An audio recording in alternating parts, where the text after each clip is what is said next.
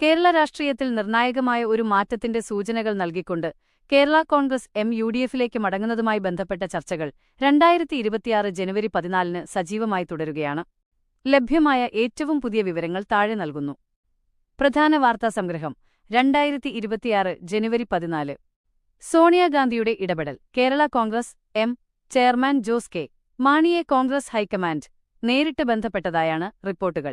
AICC അധ്യക്ഷ Sonia Gandhi Jose K മാണിയുമായി ഫോണിൽ സംസാരിച്ചതായും യുഡിഎഫിലേക്ക് മടങ്ങാൻ ക്ഷണം നൽകിയതായും സൂചനയുണ്ട്. ജോസ് കെ മാണിയുടെ മടക്കം. വിദേശ സന്ദർശനത്തിലായിരുന്ന ജോസ് കെ മാണി യാത്ര വെട്ടിച്ചുരുക്കി അടിയന്തരമായി കേരളത്തിൽ തിരിച്ചെത്തിയിട്ടുണ്ട്.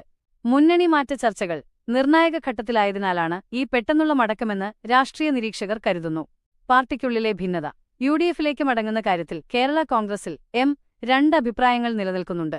ജോസ് കെ മാണിയും ഒരു വിഭാഗം നേതാക്കളും യുഡിഎഫ് അനുകൂല നിലപാടെടുക്കുമ്പോൾ മന്ത്രി റോഷി അഗസ്റ്റിൻ, പ്രമോദ് നാരായണൻ എംഎൽഎ എന്നിവർ എൽഡിഎഫിൽ തുടരണമെന്ന നിലപാടിലാണ്. തുടരും എന്ന ക്യാപ്ഷനോടെ ഇടതുപക്ഷ നേതാക്കൾക്കൊപ്പമുള്ള ചിത്രം റോഷി അഗസ്റ്റിൻ സോഷ്യൽ മീഡിയയിൽ പങ്കുവച്ചത് ശ്രദ്ധേയമായി. ജനുവരി 16 സ്റ്റിയറിംഗ് കമ്മിറ്റി. പാർട്ടിയുടെ ഭാവി തീരുമാനിക്കുന്ന നിർണായകമായ സ്റ്റിയറിംഗ് കമ്മിറ്റി യോഗം ജനുവരി 16 നടക്കും.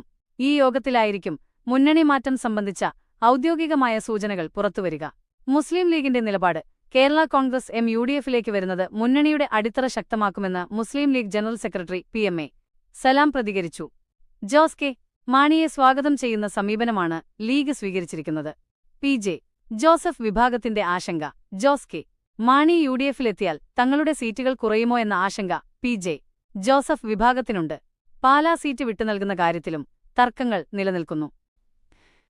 നിലവിലെ സാഹചര്യം. വിഭാഗം. നിലപാട്. ജോസ് കെ മാണി മൗനം തുടരുന്നു. യുഡിഎഫ് ചർച്ചകളോട് അനുകൂലമെന്ന് സൂചന.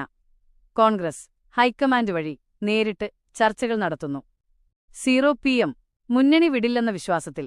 പക്ഷേ ജാഗ്രതയോടെ. റോഷി അഗസ്റ്റിൻ എൽഡിഎഫിൽ ഉറച്ചുനിൽക്കുമെന്ന് പ്രഖ്യാപിച്ചു. ചുരുക്കത്തിൽ ഔദ്യോഗികമായ പ്രഖ്യാപനം ഇതുവരെ ഉണ്ടായിട്ടില്ലെങ്കിലും വരാനിരിക്കുന്ന നിയമസഭാ തെരഞ്ഞെടുപ്പിന് മുന്നോടിയായി വലിയൊരു രാഷ്ട്രീയ പുനഃക്രമീകരണത്തിനുള്ള കളമൊരുങ്ങുകയാണ്.